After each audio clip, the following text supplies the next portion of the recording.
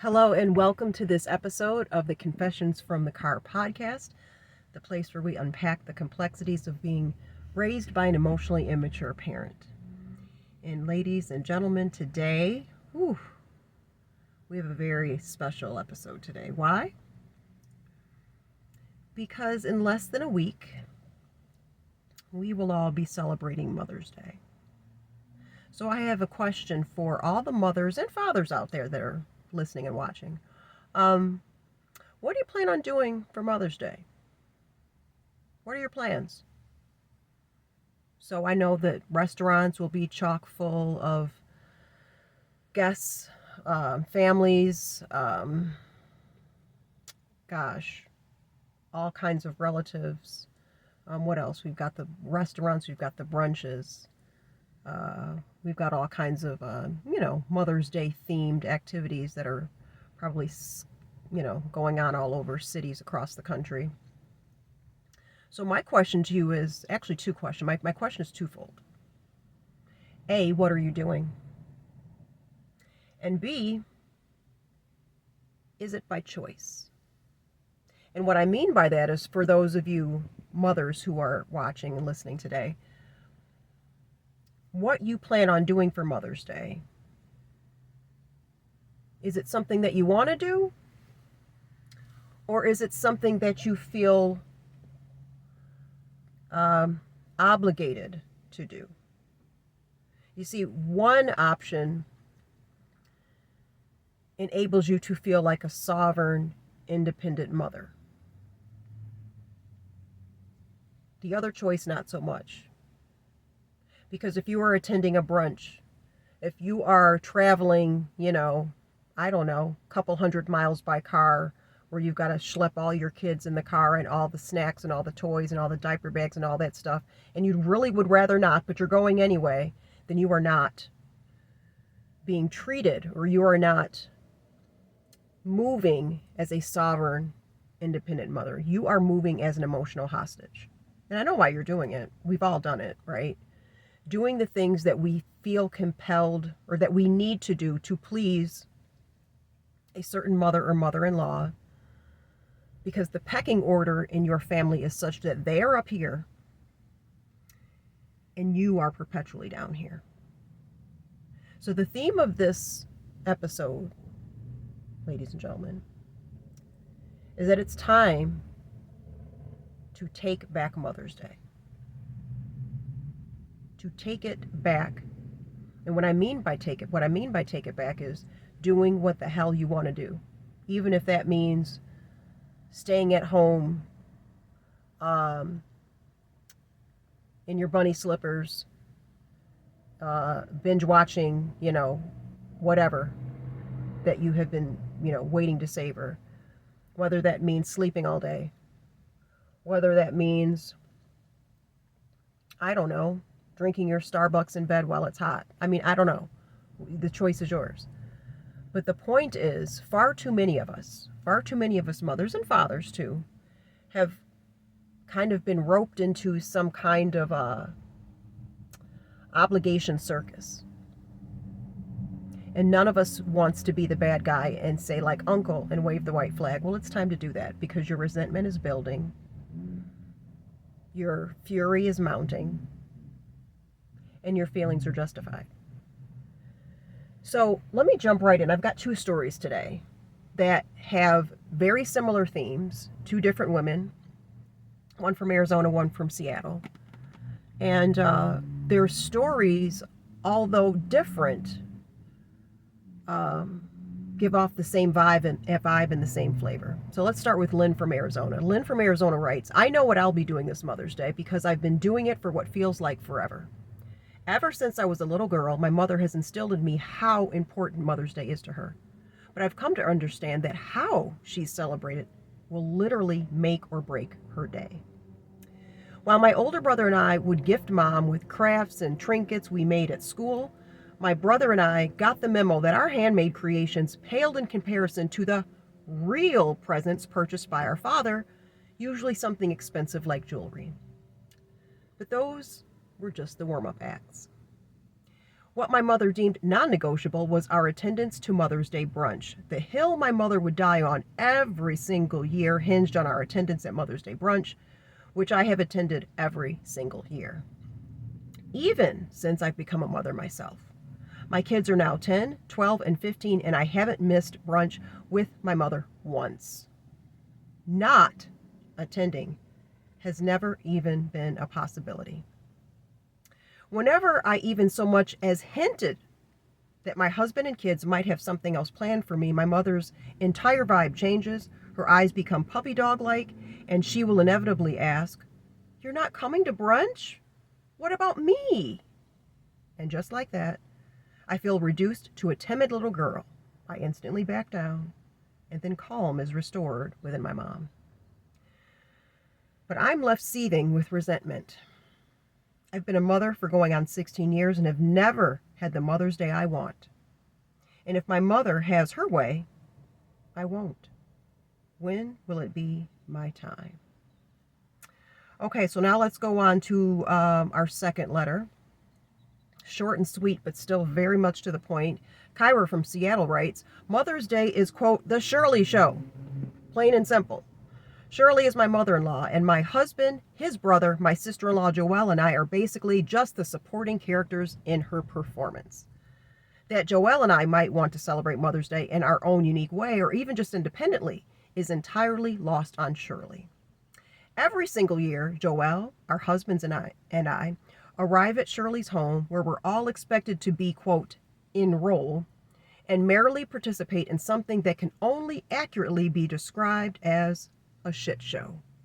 High tea followed by at least 2 rounds of Scrabble. Do you know how hard it is to balance an antique china teacup on your lap with a colicky baby? Add to the mix Shirley's asinine dress code requirement, and I just want to puke. Keeping my children occupied during this madness is an impossibility due to the fact that Shirley's home is essentially a museum with death traps for kids at every turn. Yikes. As I type this, I am embarrassed and livid that I willingly partake in this charade every Mother's Day. And I'm not the only one who feels this way. Joelle and our husbands are in lockstep.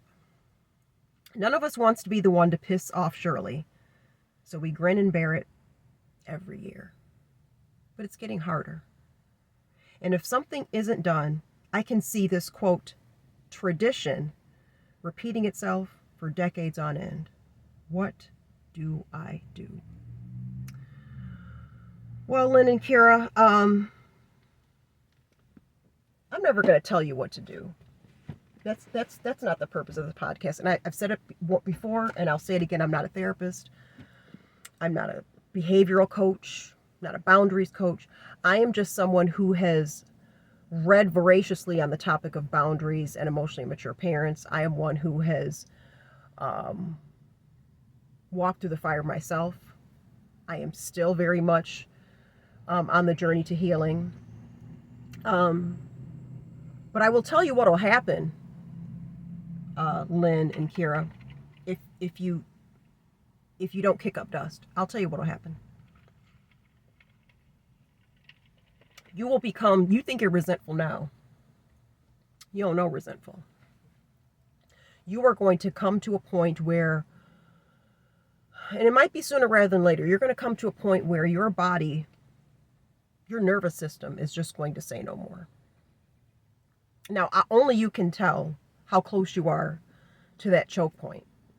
But make no mistake, if you continue with the status quo, you will get to a point where you will have said enough. The goal is to stop this shit before you get to that point. Because listen, Lynn and Kira, both of you, for all 3 of us, me, you, everyone watching, we don't know how much longer we have on this earth. Okay?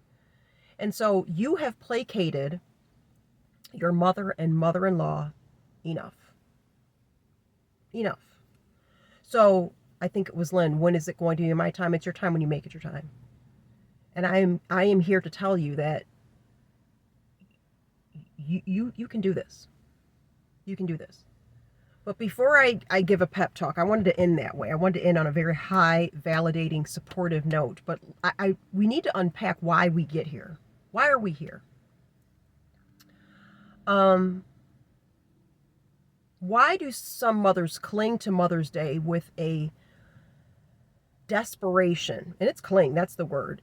Clinging with their fingernails, with a desperation, with a hunger, with a passion, with a thirst, with an obsession to not only be celebrated, but to control others in the name of celebration, in the spirit of celebration. Alongside that spirit of control is the unwillingness to acknowledge that other mothers have entered the fold. I have a theory as to why this occurs, but one thing I want to let's go all the way back, and I'm gonna go someplace where it's gonna be very hard for people to listen to this, and very hard for people to stomach this, because I am going to be the antithesis of the societal narrative that all mothers are unconditionally loving and all mothers enter into motherhood with the pure and just intentions of raising a little tiny peanut from babyhood to adulthood, and they want to raise them into independence and let them be free and let them go forth and be parents or not, but just live the life that they want and support them. And that's the, that not all mothers want that. I'm just going to cut the shit right now. Not all mothers want that. And it's very hard, I think, for people to acknowledge this other side of motherhood. Yes, we have mothers who love unconditionally. Yes, we have mothers who have entered into the commitment and the practice and the long-standing tradition of motherhood with the just and right intentions, but a lot of them, ladies and gentlemen, have not.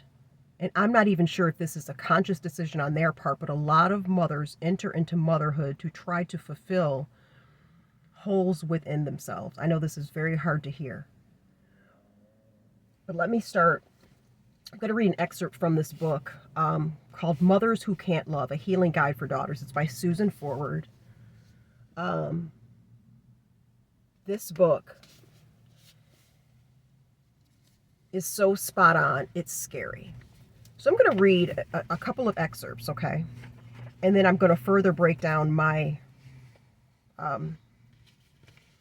my hypothesis on the root of how these mothers have come to run roughshod all over Mother's Day, okay? But we have to, in order to understand how Mother's Day has become an obligatory shit show for so many of us. In order to understand that, we have to understand the mothers behind this kind of rigmarole. We have to understand that.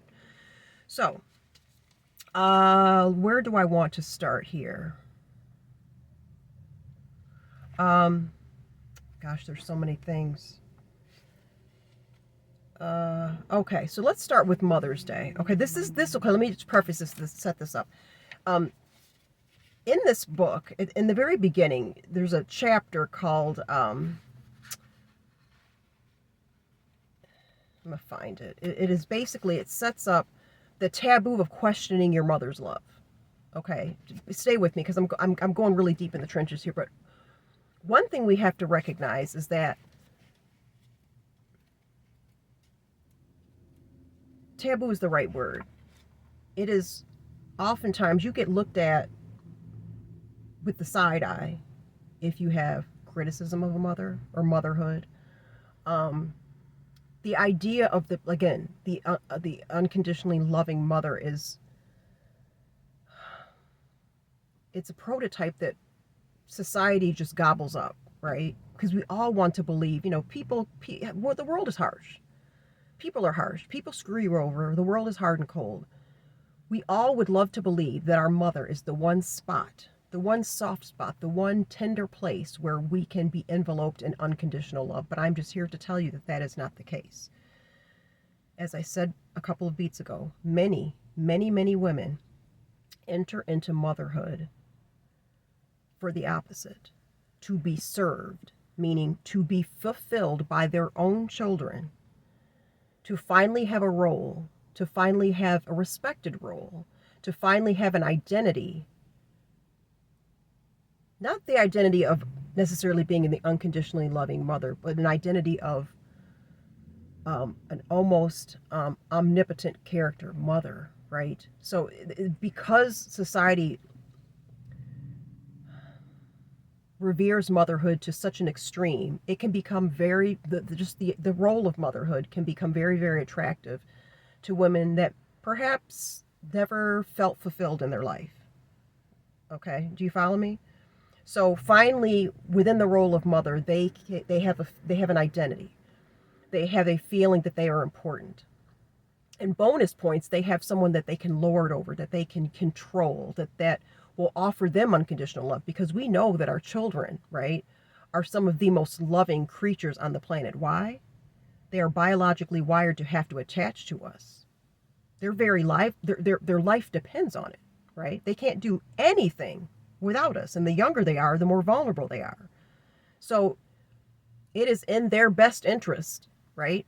That's why you see the role reversal. That's why you see parentification. That's why you see kids turning themselves inside out before they even have the language to characterize what they're doing, right? To do anything to make their mother happy, because deep down, even I think it's on an unconscious level, subconscious level, they know that they can't be tended to. Their needs will not be met unless their mother is able, happy, and willing. So those kids will do whatever they need. So for someone who arrives at motherhood, who is basically a black hole of need and emotionally fragile, that's a pretty damn good situation to be in. Yeah, you've got a mother, and yeah, you've got to take care of your children, but gosh, you will finally have someone who loves you, right? Who loves you unconditionally, who overlooks your flaws, who looks at you with a longing that perhaps no one has ever done, right? Even your parents. So it's a very intoxicating an intoxicating ideal to a parent or to a mother who is not fulfilled. So I want to go back to another reason why motherhood might be particularly appealing.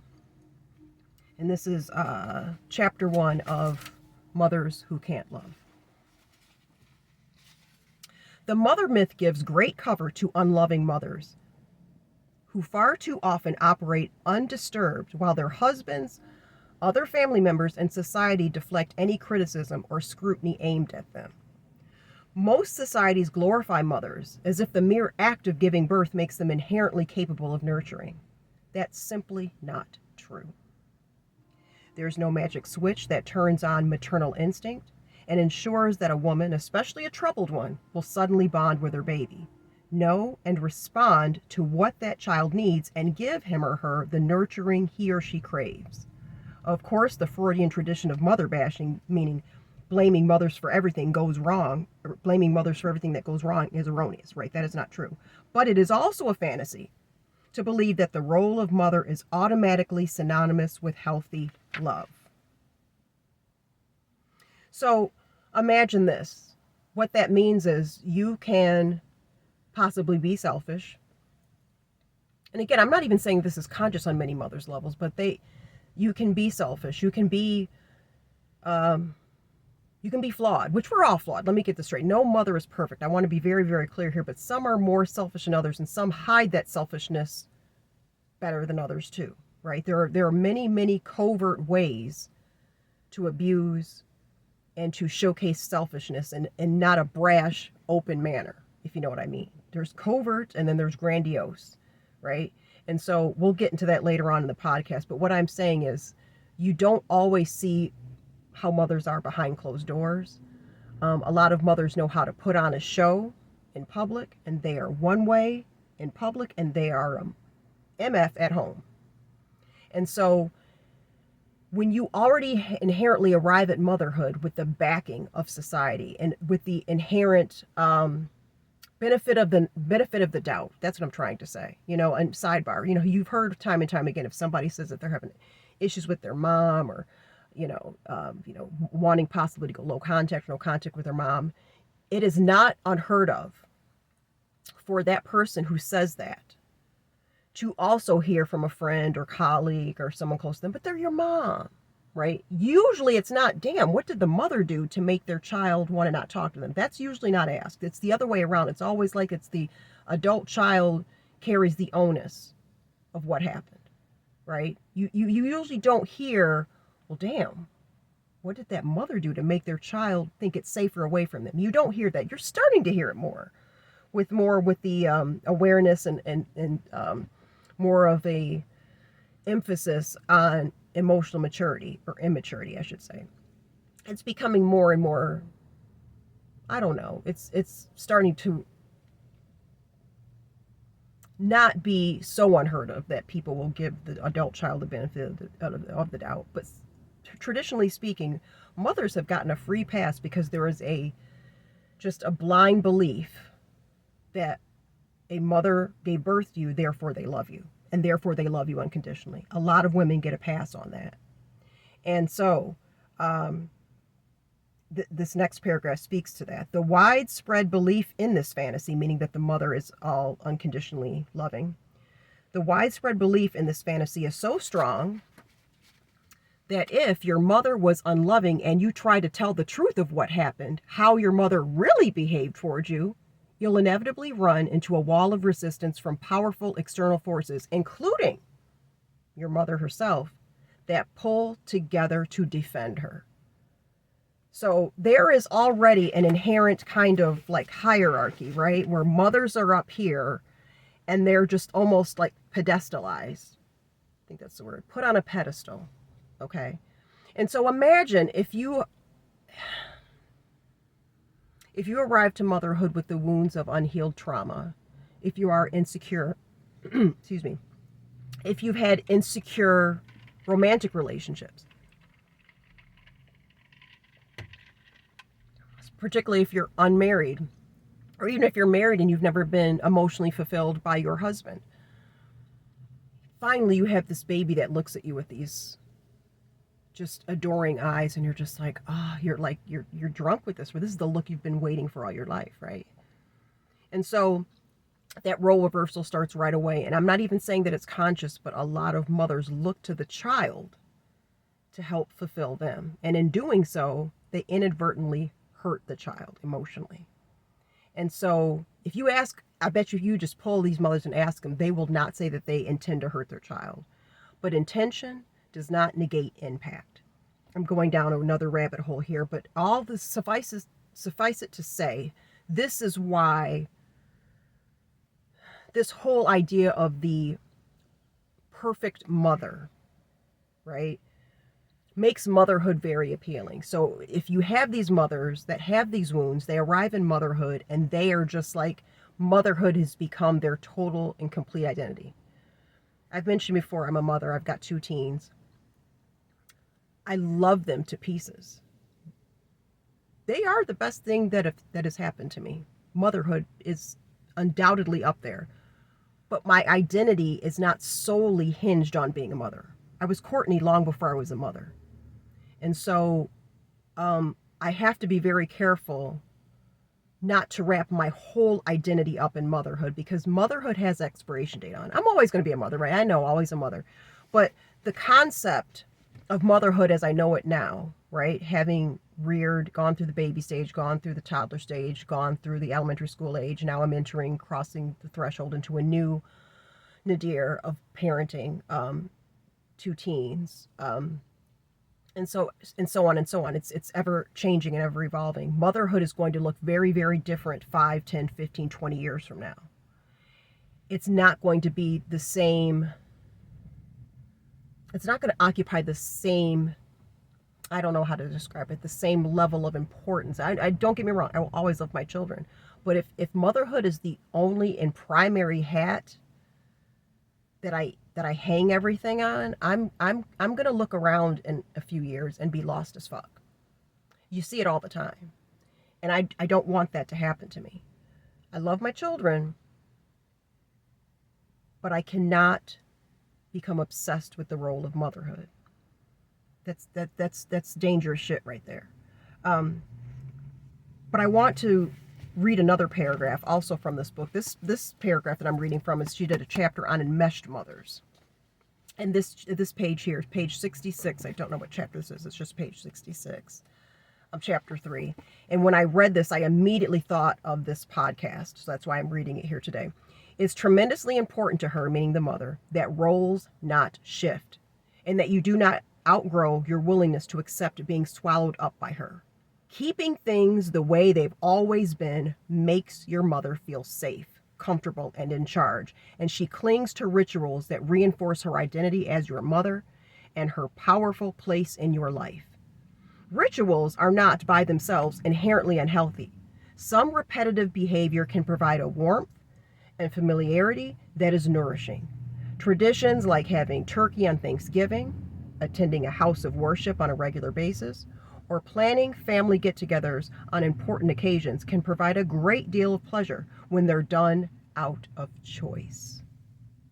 But when they're done by rote and driven by guilt, they feel like the bars of a cage.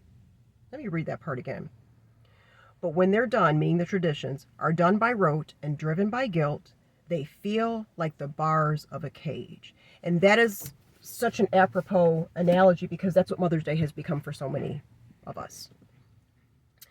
The mere idea of stepping out, doing something different, can evoke such terror in mothers, grown-ass women. And trust me, this is no shade. I was one of them. Where here you are a grown-ass woman with all the bells and whistles, who whether you work outside the home, work inside the home, hell, it's all work. Okay, some you get paid for and some you don't, but trust and believe, it is all work. You keep your families afloat. You're grocery shopping, you're bill paying, you're making sure all the damn toilet paper is stocked in the bathroom so no one's left in lurch. All the little things, all the mental stuff, the parent-teacher conferences, little Billy's, bowling shoes, all the shit, all the stuff, the kit and caboodle of motherhood. You do all of that. You love your kids. You're sleep deprived. You're trying to do your own mental health, your, self-care, trying to keep your relationships above float, making sure your car has an oil change, like all that shit that you're doing, right? You deserve a day. You deserve a day of reprieve. Now, like I said, I'm not going to, no judgment here. What reprieve looks like for all of us is different. It doesn't matter to me. I don't care what you do. If you do want to go to the brunch, then go to the brunch. But if you want to go to the brunch with just your immediate, your immediate family, your kids and your husband, then you should be able to do that. Time is standing still for none of us. And you have these finite, I'm talking to you mothers who are in the throes, in the trenches of parenting. No disrespect and no shade, but a 38-year-old mother in the trenches who is juggling, athletic schedules and parent-teacher conferences is not the same as an 80-year-old matriarch. I'm not saying that one is better or worse. They're just different shades, but they're not the same. They are not the same. And what I'm saying is 80-year-old Miffy, who has had all of these years to be celebrated and revered as Mother's Day, there needs to be a passing of the torch. I said it. There needs to be a passing of the torch. So Miffy had all these years. So what happens to her daughter-in-law, Melissa? What, does Melissa have to just wait indefinitely until she can have the Mother's Day that she wants? Because Miffy's been having them. Miffy has not missed a beat. She has had all these Mother's Days. While Melissa just sits back, I guess, and just, is Miffy's subordinate. Schlepping her kids and getting them dressed in uncomfortable tights and lugging them to a 300-mile car ride every year because that's what Miffy demands. That's some bullshit. I'm here to tell you it's bullshit. And it's going to continue unless and until we take Mother's Day back. There will be squawking. There will be probably silent treatment. There will be adult temper tantrums. There will. But pick your poison, ladies. Pick your poison. Because somebody is going to be unhappy. And why does it always have to be you? Why does it always have to be you? This podcast is going on a tad longer than I wanted. We're at 29 minutes, and I'm telling you, this is a very sensitive subject for me. Of course, I cannot leave this podcast without giving a plug to my book, Confessions, a collection of extremely candid narratives from mothers in the trenches. And in fact, I have a story in here that sounds a lot like Lynn's and a lot like Kyra's. and it's called All Mothers Should Be Free to Celebrate Mother's Day the Way They Want. And the mother in there, I forgot, her name is Melissa. That's probably why I referenced Melissa and Miffy.